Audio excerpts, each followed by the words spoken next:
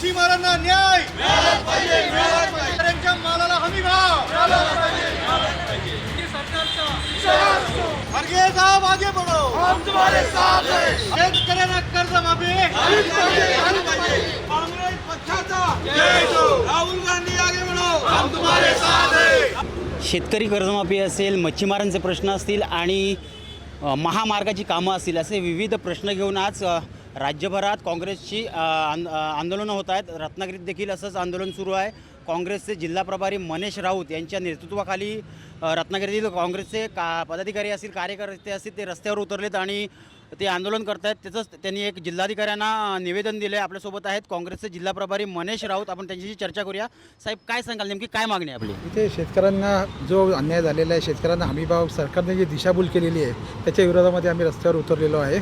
त्यांनी रस्त्याचे काम, इकडचे जे मच्छीमारांचे प्रश्न आहेत सगळे अवघड, म्हणजे या लोकांनी जे डेमोल्युशन केलेलं आहे, आता मच्छीमारांना हे करायचा प्रयत्न केला, उठवायचा प्रयत्न केलेला आहे.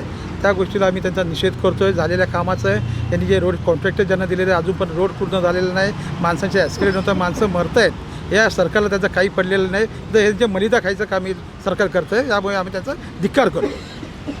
जे विविध प्रश्न आहेत, शेतकऱ्यांचे प्रश्न असतील, महामार्ग असेल, महामार्गावर आज मोठ्या प्रमाणात महामार्गाची कामं रखडलेली आहेत. या महामार्गावरती वारंवार अपघात होत आहेत आणि या केवळ फक्त शासन मलिदा खाण्याचा प्रयत्न करते, असा आरोप त्यांनी केला आहे. आपल्यासोबत आहेत आणि एक त्यांचे पदाधिकारी. साहेब, काय सांगाल आपण?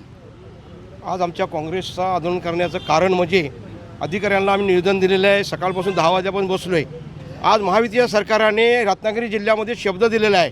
आरोग्याचे 9 तालुक्यामध्ये आरोग्याला नवीन डॉक्टर भरती केलेले आहेत.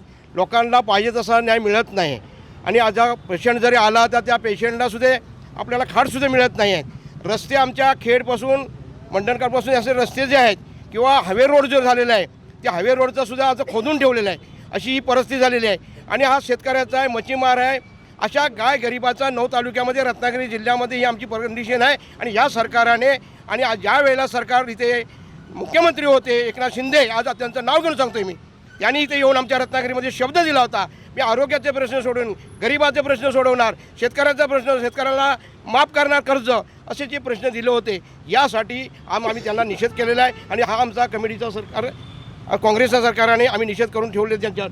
बरोबर आहे, त्यावेळेला मेडिकलच्या कॉलेजवरती आहे, त्याच्यावर आहे, विद्यार्थी जिल्हा परिषद शाळेवरती अन्याय होत आहेत.